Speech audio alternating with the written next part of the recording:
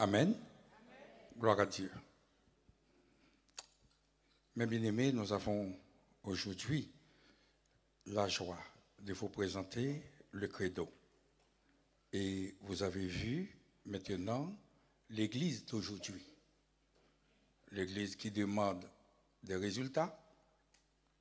Il faut que les gens tombent par terre. Il faut qu'il y ait des guérisons immédiates. Il faut tout ce qu'on voit ici. Et je vous dis, le frère, comment il est triste. Pour vous dire, ce n'est pas l'Église de Christ. De même qu'un homme est aussi triste, à combien plus forte raison, le Saint-Esprit est triste. Le Père est triste. Et le Christ, surtout, pour son sang qui a été versé et toutes les souffrances qu'il a subies, et pour voir l'Église dans cet état, il nous faut, vous et moi, que nous puissions revenir à la parole et savoir comment faire.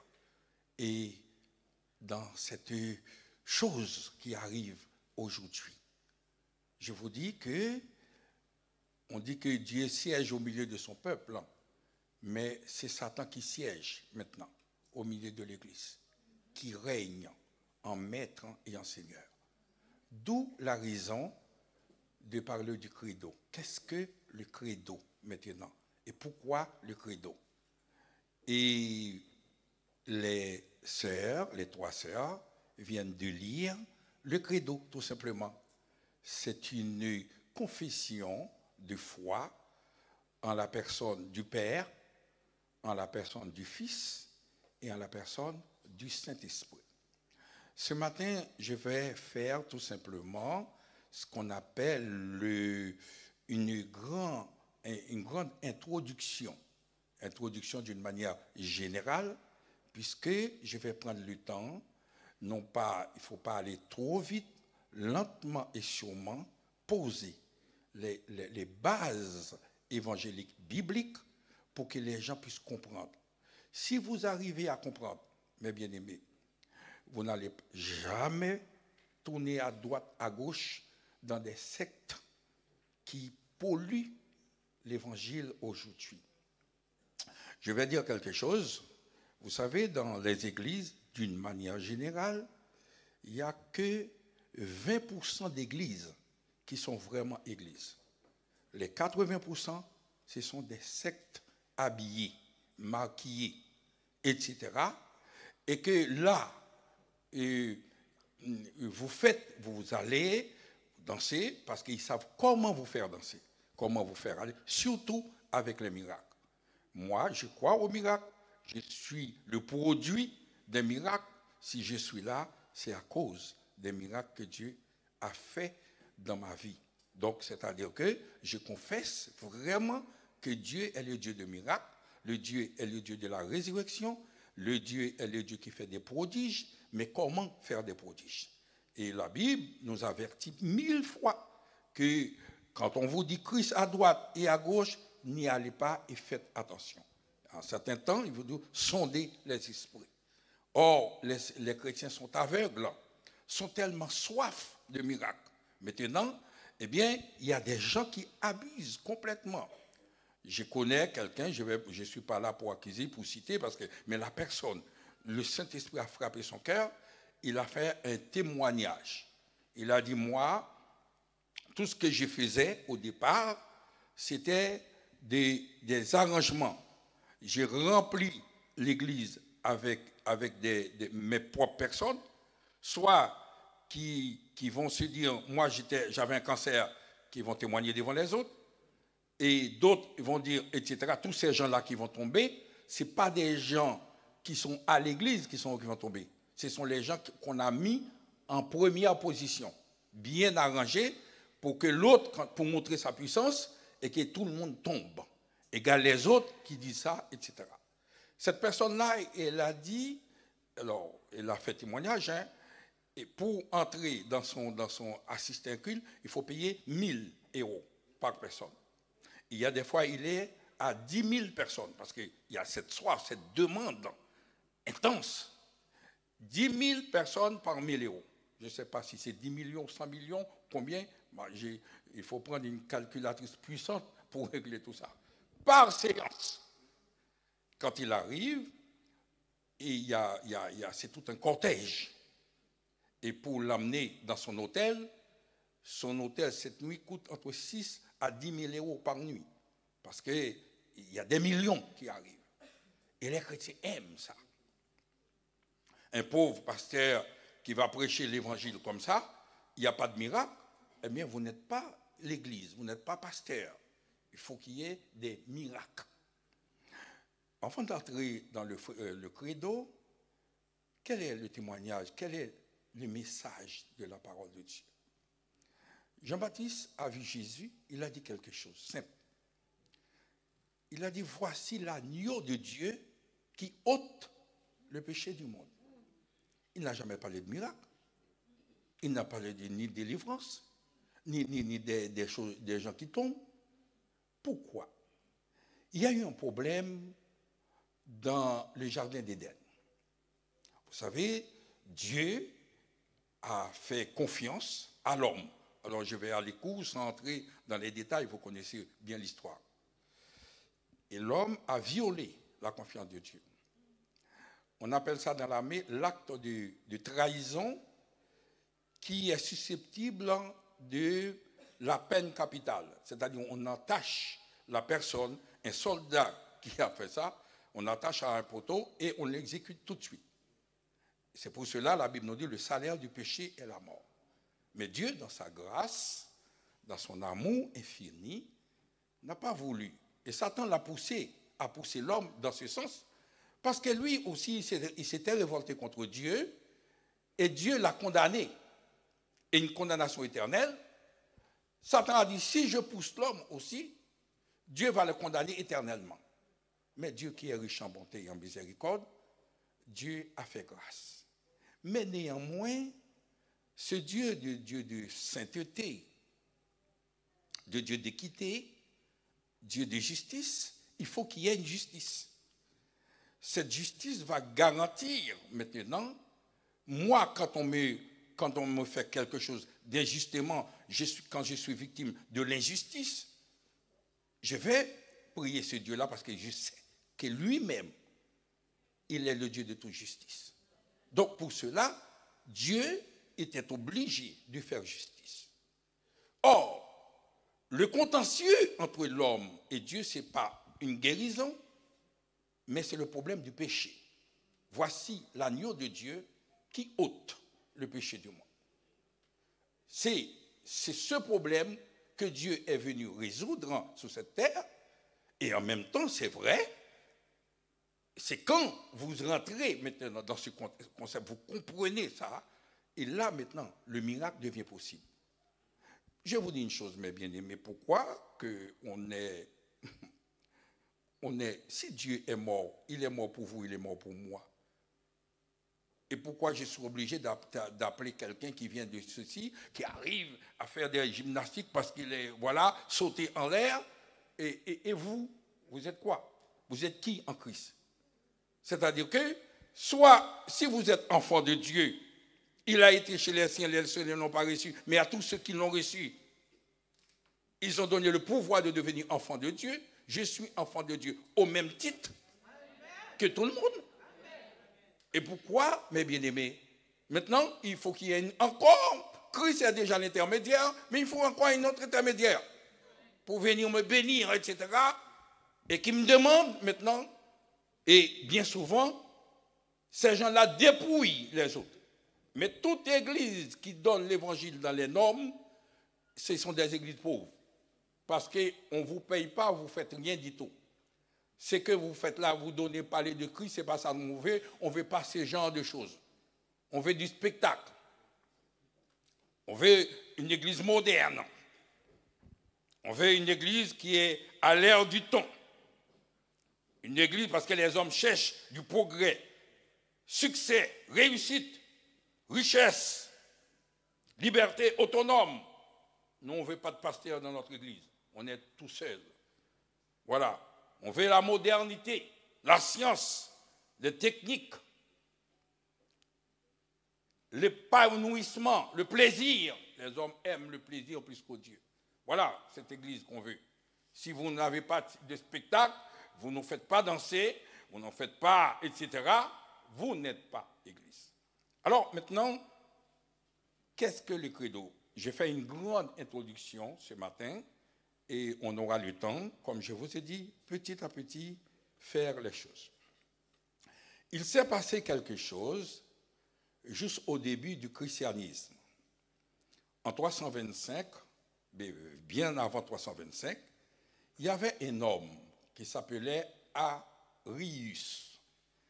Il était de la Libye, il est né en Libye, mais il a émigré en Alexandrie, en Égypte, d'où il était devenu un prêtre. Et par contre, c'était un grand théologien. Donc, Arius a dit, Jésus n'est pas Dieu. Jésus, c'est un homme, le premier-né. Donc, il a pris ça, le premier de la création. Jésus a été créé le premier, et lui, Dieu lui a donné le pouvoir de faire beaucoup de choses. Donc, ce n'est pas Dieu comme tout le monde. C'est comme le Père, il n'est pas comme le Fils, il n'est pas comme le Saint-Esprit. Ça a bouleversé complètement Rome à cette époque. Il y avait un roi, Constantin, qui était là, qu'on accuse beaucoup de choses, mes bien-aimés. Quand on veut, les sectes veulent dire c'est Constantin qui a fait ceci. Constantin a fait, mes bien-aimés, tout ce qu'un homme d'État consciencieux peut faire dans son royaume. Or, aujourd'hui, il y a la grève des taxis. Le Premier ministre réunit le taxi pour éviter qu'il y ait des chamboulements qui empêchent les gens de circuler parce qu'il est garanti maintenant de la tranquillité d'un pays. Constantin, il a fait exactement pareil. Il a réuni tous les théologiens sur cette planète parce que Rome c'était l'Empire romain. Les meilleurs théologiens, pour éviter qu'il y ait une guerre civile, et Constantin a dit, mettez-vous d'accord pour savoir est-ce que Jésus est Dieu ou n'est pas Dieu. Les théologiens sont ensemble, ils ont travaillé, ils ont ils ont trouvé que la Bible dit que Jésus est Dieu au même titre que le Père, au même titre que le Fils, au même titre que le Saint-Esprit. Voilà. C'est la Bible. Et c'est pour cela on a pris soin, chaque personne qui lit chaque texte, chaque parole, il y a un verset qui appuie pour dire que comment ça s'est passé, comment ça s'était passé. Et à ce moment-là, il y avait une déclaration de foi universelle pour tous les chrétiens qui se reconnaissent chrétiens. Maintenant, cette formule-là, croire le Père, le Fils, le Saint-Esprit, à ce moment-là, on l'appelait le credo, tout simplement. Il y avait un autre nom, symbole des apôtres, ou symbole de Nicée. Mais le nom qui apparaît beaucoup plus souvent, c'est le credo qui résume en général la foi de tout vrai chrétien sur cette planète, etc. Amen. Et c'est pour cela, tout à l'heure, on va étudier aussi, pour revenir, mes bien-aimés, à la base de l'évangile et montrer, mes bien-aimés, si je vous dis, vous êtes d'accord, vous acceptez ce que la Bible nous dit, vous allez être fiers, vous allez avoir ce qu'on appelle l'assurance du salut. Il n'y aura pas de doute, voilà.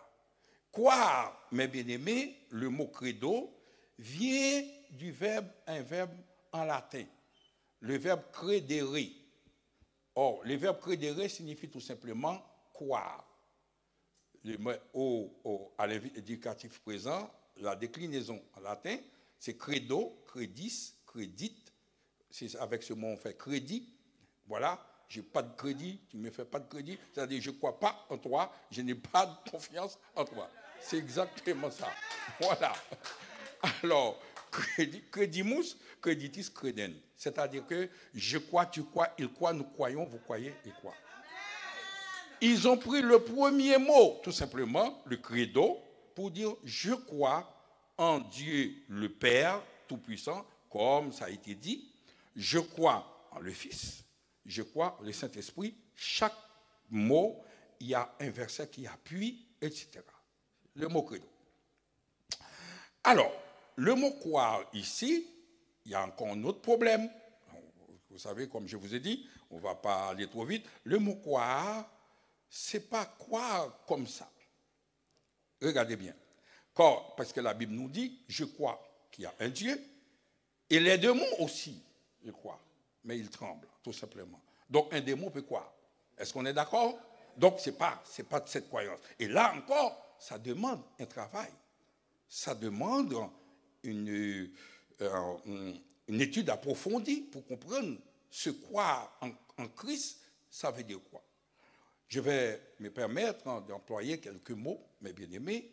Croire, c'est mobiliser notre être entier. Croire, c'est toute la volonté. La volonté. C'est croire, c'est toute l'intelligence qui est mise à contribution. C'est toute notre raison d'être. C'est le sentiment, notre sentiment. C'est l'émotion, avec toutes nos émotions, avec notre conscience. Donc, ce n'est pas quelque chose qu'on croit comme ça, c'est-à-dire qu'on croit de tout notre être, on est tout entier à Christ. Et ça, mes bien-aimés, je vais faire une lecture tout à l'heure, ça ne peut venir d'un homme. C'est pour cela, tout à l'heure, Jésus va faire une révélation et il va dire à Pierre, tu es Pierre, mais c'est mon Père qui est dans les cieux, qui révèle qui je suis, moi, personnellement. Alors, le mot credo, c'est la garantie de la foi de chaque chrétien sur cette terre. Le mot credo, c'est la croyance en la Trinité, je viens de le dire, c'est la base de l'unité de tous les chrétiens. Et ça, je vais insister beaucoup. Quand la Bible nous dit, si nous nous mettons d'accord pour demander quelque chose, en vérité, Jésus a dit en vérité. Lui, Jésus, a dit en vérité, le Père, la parole de Dieu dit en vérité, vous allez le recevoir. Et vous ne recevez rien du tout, il y a un problème. C'est-à-dire, on n'est pas d'accord du tout. Vous savez, je vais vous décevoir. Vous savez, vous tous qui êtes là, on n'est pas d'accord entre nous.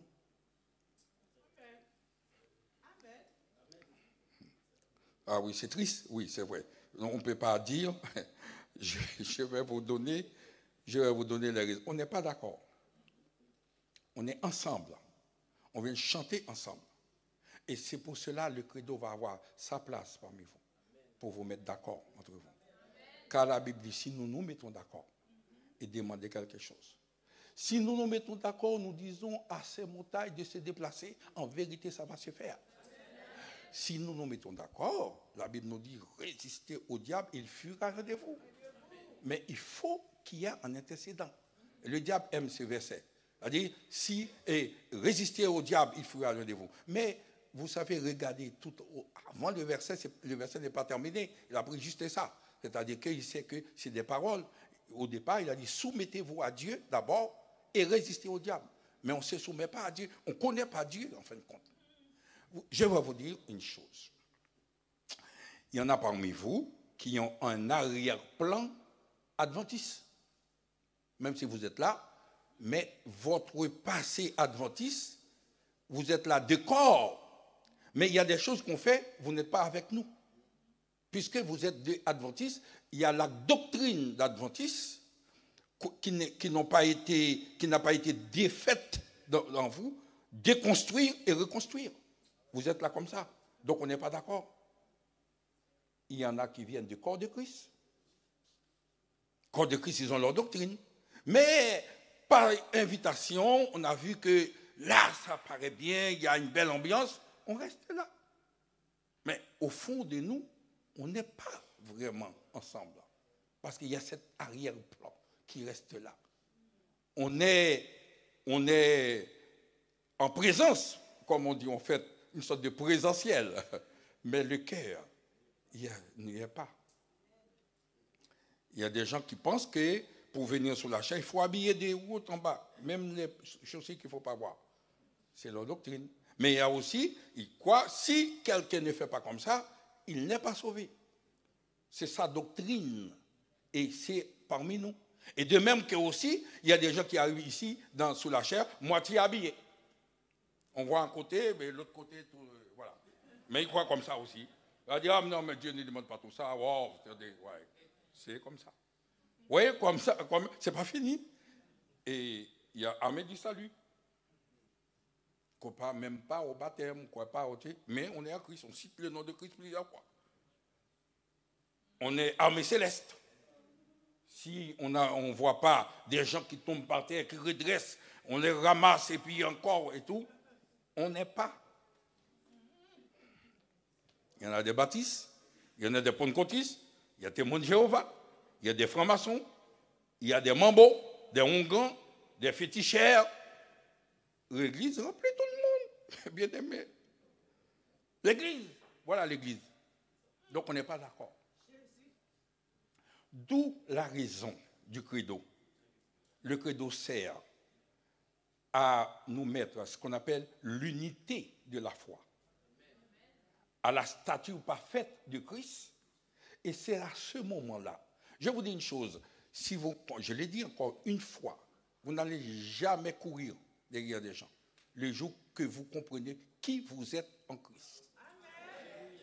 C'est des gens qui viendront vous voir. Vous allez être fiers de votre église, fiers de vous. Merci pour dire merci Seigneur. Enfin, j'ai compris. Je suis venu à l'église tous les jours. J'ai dansé, etc., et tout ça. Alors, voilà cette raison pour laquelle on va parler du credo en général. Je vais vous dire quelque chose, mais bien évidemment, je n'ai même pas encore fait la lecture, mais je ne suis pas pressé. Voilà. Alors, le credo, c'est la base de l'unité des églises. Le credo sert à protéger l'église contre les fausses doctrines. Le credo sert à transmettre la foi d'une manière structurée, qui a une structure de la foi, une cohérence. On comprend bien où tu vas, d'où tu viens, où on va en Christ. C'est ça.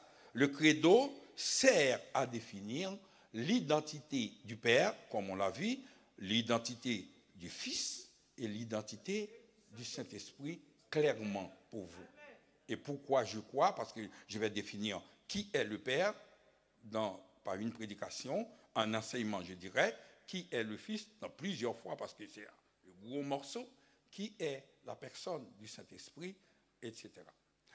Comme c'est pour ne pas mobiliser la chair, j'aime partager la prédication, je vais de temps en temps laisser quelqu'un, voilà, et revenir. Il y a un programme pratiquement toute une année à faire avec vous, mais vous allez sortir grandi, bénéficier de tout ça, et au nom de Jésus.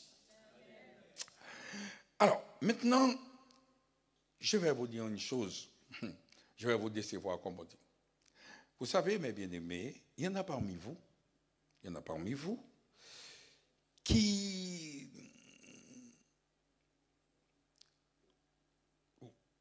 sont venus, ou bien qui viennent maintenant, c'est à cause d'un problème. J'ai une maladie, j'ai un cancer, j'ai besoin d'une maison, etc. Et la liste est longue. OK? Pourquoi vous n'êtes pas Dieu? Il est capable. Malgré vous ne croyez pas, il est capable de vous bénir. Parce qu'il est Dieu de grâce.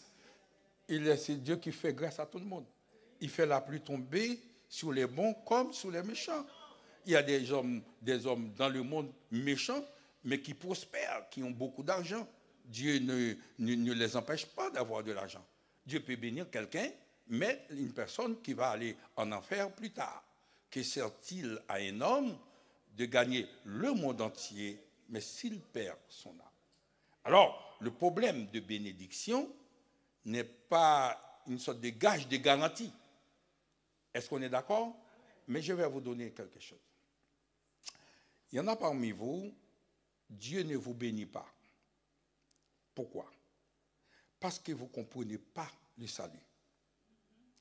Comme vous êtes venu chercher un miracle, le jour où Dieu vous donne ce miracle, c'est fini. Vous n'allez plus mettre les pieds puisque vous n'étiez venu pour ça. Moi, quand je vais chez Carrefour, je vais acheter, moi je prends mon médicament, je dis mes médicaments, mes courses, ce n'est pas la peine de revenir parce que j'ai autre chose à faire. Pour cela, qu'est-ce que Dieu fait? Il ne vous donne pas cette bénédiction. Il veut bien que vous reveniez, jusqu'à ce que vous entendiez la parole, le Saint-Esprit pèse le cœur maintenant. Parce que son but pour vous, ce n'est pas cette chose que vous aimez, ce n'est pas cette prière, c'est votre âme qui compte devant Dieu. La paix soit avec vous, mes bien-aimés. Donc, vous devez prier. Cette prière qui n'est pas exaucée n'est pas en fin de compte un châtiment, c'est une grâce de Dieu. Parce que Dieu vous veut sauver dans le ciel. Donc, à partir du moment où vous confessez, vous arrivez à comprendre. Parce que le péché nous enveloppe si facilement. Nous sommes devenus lents à comprendre, incapables de comprendre, de percevoir toute l'immensité de la grandeur de Dieu. Ils font une intervention là-haut, et à ce moment-là, Dieu vous ouvre les yeux, et les miracles deviendront quelque chose de très simple. Et là, vous allez revenir maintenant sur votre pas. Au lieu d'aller dans le monde avec les miracles de Dieu, combien d'hommes qui sont partis avec les grâces de Dieu? Gaspiller les grâces de Dieu dans le monde. Vous allez revenir sur vos pas comme l'un des lépreux, s'agenouiller face contre terre pour dire honorer puissance non Jésus face à terre. Puis à ce moment-là, vous allez exprimer votre reconnaissance. Votre adoration aura un sens, aura du poids. Et le Saint-Esprit va se réjouir au travers de ton adoration. Et c'est pour cela, mes bien-aimés, donc, il nous faut absolument participer au credo. Je vais aller, il me reste, comme vous savez bien, il y a 10 minutes, il me reste encore, j'ai pas mal. Je vais m'arrêter toujours à 1h30 au maximum. Alors, je fais une lecture pour vous, pour appuyer cette introduction, et après, mes bien-aimés, et aller plus loin. Donc, notre foi, ce n'est pas la quantité de bénédictions, de grâce que je peux recevoir sur cette terre. Ça n'a rien à voir. Comme on dit, le Fils de l'homme est venu et chercher ceux qui étaient perdus. Dieu a quitté Jésus, il a quitté la gloire de son ciel, il est venu chercher et sauver pour nous mettre en réconciliation avec Dieu. Est-ce qu'on est d'accord? Très bien. Maintenant, je lis pour vous, pour terminer. Matthieu 16, 13 à 19. Jésus, étant arrivé dans le territoire de Césarée de Philippe, demanda à ses disciples, « Qui dit-on que je suis, moi, le Fils de l'homme ?» Ils répondirent, les uns disent que tu es Jean-Baptiste, les autres Élie, les autres Jérémie ou l'un des prophètes. Et vous, leur dit-il, qui dites-vous que je suis? Simon répondit, tu es le Christ, le Fils du Dieu vivant. Jésus, reprenant la parole, il dit, tu es heureux, Simon, fils de Jonas, car ce ne sont pas la chair et le sang qui t'ont révélé cela, mais c'est mon Père qui est dans les cieux.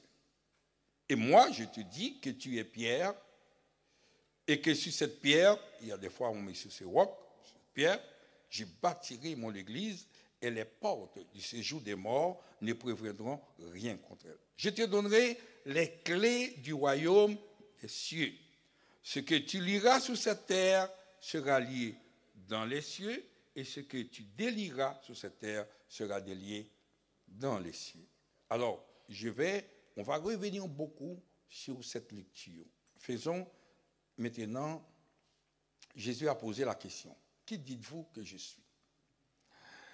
Jésus va mentionner pour la première fois son Église, va poser la base de son Église, mais les personnes qui vont entrer dans ces églises doivent connaître qui est Jésus, etc. Les futurs membres, la personne avec vous, mes bien-aimés, vous me suivez, ça va? Ok? Les membres de cette église doivent avoir une idée juste, une précision, une conviction de qui est Jésus pour lui.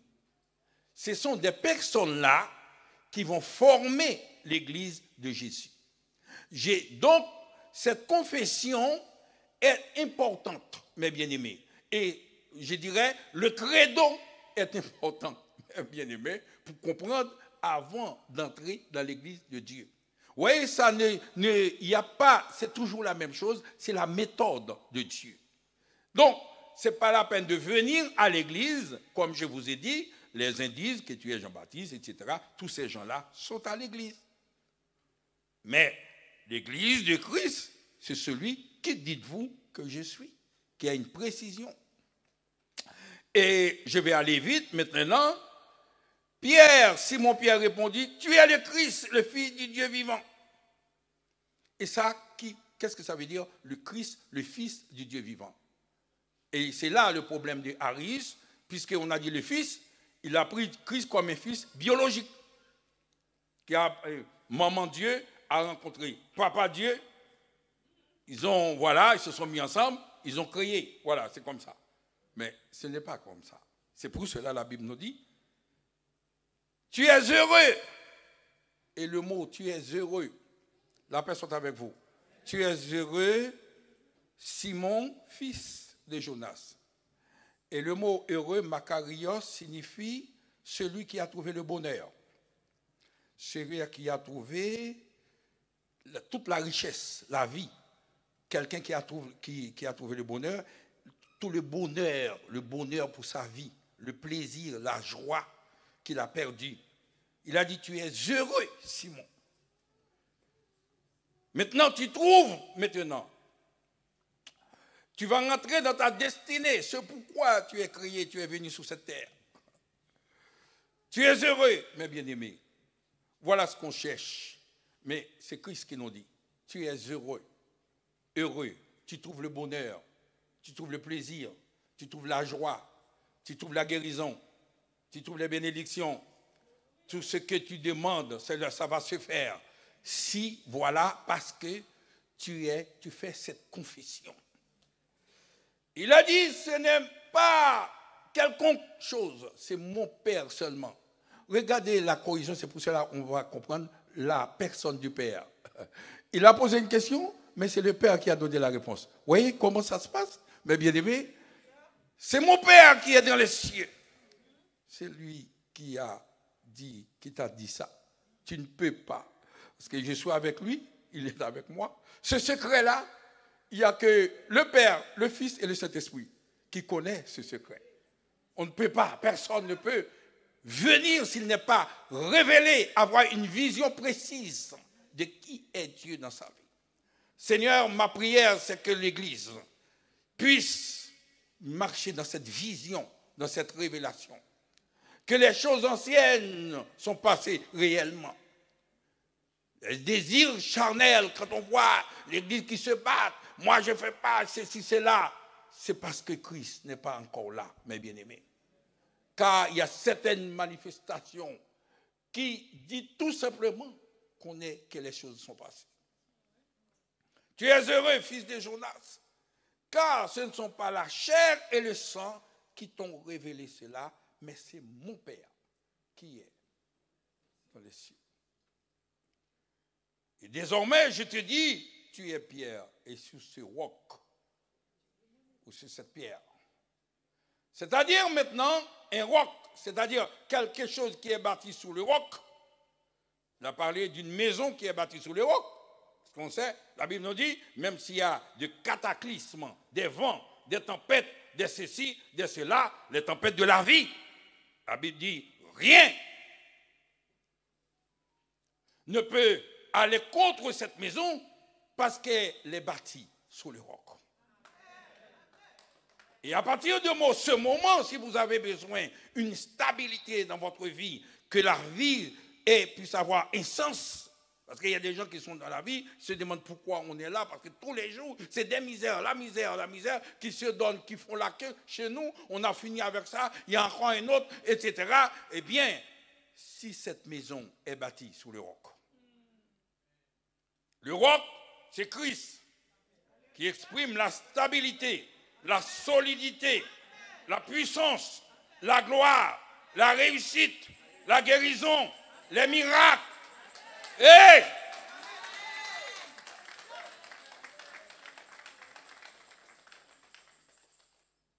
Que notre vie soit bâtie comme sur le roc solide, à savoir Christ. Mais bien aimé, un chrétien, moi je dis toujours, pour moi c'est une sorte de boule désert. Quand le boule désert arrive quelque part, maintenant il y a les dynamites et pour détruire les maisons, mais à mon âge il y avait des gros boules désert. Quand ça déjà, et quand ça se met en marche, toute la terre commence à trembler là où il passe. Parce que là il va écraser. Que Dieu donne des boules désert au nom de Jésus, qui écrase tous les traits enflammés, tous les pièges de l'ennemi et toute la puissance de l'ennemi. Oh, au nom de Jésus, mes bien-aimés. Et vous allez voir, mes frères, ce n'est pas la peine de faire des gesticulations comme c'est fait là. Vous savez, au temps d'Élie, les prophètes des Baal, ils viennent, ils font voilà. Mais vous aimez ça? Vous allez être tout simple. Aussitôt que vous allez arriver quelque part, tous les petits diables, les démons, ils vont se sentir en difficulté. Jésus est arrivé quelque part, il a, voilà. Et il y a un petit diable qui était au fond, il a dit, hey, qu'est-ce que j'ai? Qu'est-ce que j'ai avec vous? Mais j'ai dit, mais qu'est-ce que tu fais là? Hey, partez. Et tout de suite, comme un petit chien, le diable, partez. Parce que Dieu nous a donné l'autorité et la puissance. Mais comment faire, mes bien-aimés? Accepteriez-vous aujourd'hui de se mettre vraiment sous l'onction du Saint-Esprit? Acceptez vraiment de laisser les amis, les ceci, les cela, moi dans cette église, oh oui, il y a toujours quelque chose. Mais de prendre Christ comme ton sauveur personnel vraiment. Enfin, et vous allez voir, mes bien-aimés, le Saint-Esprit est triste. Vous savez, c'est un Dieu de richesse. Ce n'est pas le Dieu de la pauvreté. Mais les richesses sont suspendues. Il n'y a personne qui soit capable d'arracher. Parce que la Bible nous dit, béni soit le Dieu de notre Père qui nous a bénis de toutes sortes de bénédictions, toutes sortes de bénédictions. Dans le ciel, il y a des bénédictions qu'on ne voit pas encore, on n'a pas encore expérimenté. Il manque d'audace spirituelle pour aller chercher ces bénédictions-là et pour fermer la bouche de tous ces imposteurs qui font tomber les gens, qui abusent les gens et que maintenant, qui montrent etc. Donc, depuis cette déclaration du credo, je m'arrête. m'arrête là. Eh bien, toutes les églises faisaient une seule chose. C'était un signe pour comprendre, voilà, qu'on est chrétien. Depuis 325, juste après la mort et la résurrection de Jésus, tout proche, y compris l'Église catholique, parce que maintenant, l'Église catholique garde encore, mais vous savez, l'Église catholique, ils ont encore cette chose de modifier quand même quelque chose. Ouais, le diable fait toujours comme ça. Voilà, Dieu t'a dit, tu peux te jeter, etc. Et tout. Mais il y a tout simplement. Il y a le credo protestant. Nous, on s'appelle credo évangélique. Le credo évangélique, c'est celui qui croit sous l'écriture seule. Sola scriptura. L'écriture seule, ce qui est la base de notre foi. Comme c'est marqué ici, à chaque fois, on va faire comme le peuple de Bérée, on vérifie l'authenticité de ce qui a été dit pour rester dans la parole de Dieu et pour faire ce que Dieu nous demande de faire. Alors, à partir de là, les chrétiens, depuis 325, et pour reconnaître un chrétien, il faut qu'il soit capable de réciter le credo. Je crois au Père, je crois au Fils et je crois au Saint-Esprit. C'est pour cela, quand on vous dit qu'est-ce que ça veut dire le credo, ce n'est pas la peine d'aller chercher. Hein? Je crois au Père, je crois au Fils et je crois au Saint-Esprit tout simplement. Je confesse. Je vous dis une chose pour terminer. Vous savez, je vous dis une chose. Si vous faites ça tous les matins, avant vos prières, confessez le nom de Dieu. La paix soit avec vous. Je vous donne une clé de réussite, de puissance. Chaque matin, avant de prier, vous lisez et jusqu'à ce que vous soyez capable de réciter, ça devient quelque chose dans votre vie. Récitez le credo, je crois au Père, je confesse le nom du Père dans ma vie. Je confesse le nom du Fils, le Saint-Esprit, le nom du Fils, le Fils de Dieu, le sang de Christ. Je suis habillé par le manteau du sang de Christ, comme le peuple qui était en Égypte. La Bible nous dit qu'il a fallu le sang d'un animal. Si le sang d'un animal est arrivé à protéger un peuple de la mort, de l'ange de la mort, à combien plus forte raison le sang de Christ qui purifie nos péchés est capable de nous protéger contre tous les vents, les traits enflammés de l'ennemi, les contagions qui frappent en plein midi. Et la Bible nous dit que 1000 tombent à ton côté et 10 000 à ta droite, et tu ne seras toi-même pas atteint.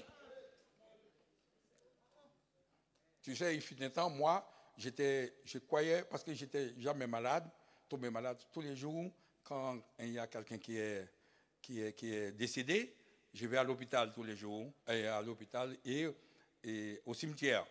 Pour moi, je suis là pour amener les autres, mais pas moi. Un jour, la mort est passée. Maintenant, j'ai compris que tout le monde va passer par là. Est-ce qu'on est d'accord? Je marche avec l'idée. Un jour, Dieu va m'appeler. Et c'est pour cela que je ne peux pas jouer. Voilà. Je ne peux pas avec des gens. Une fois que je vois que je vais perdre mon temps, on va, voilà.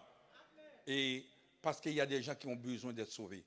Il y a des gens sincères devant Dieu, qui ont besoin vraiment. Et la Bible nous dit, si tu vas quelque part, on ne te reçoit pas, c'est coup. Les chaussures, et va, parce qu'il y a un peuple nombreux qui nous attend.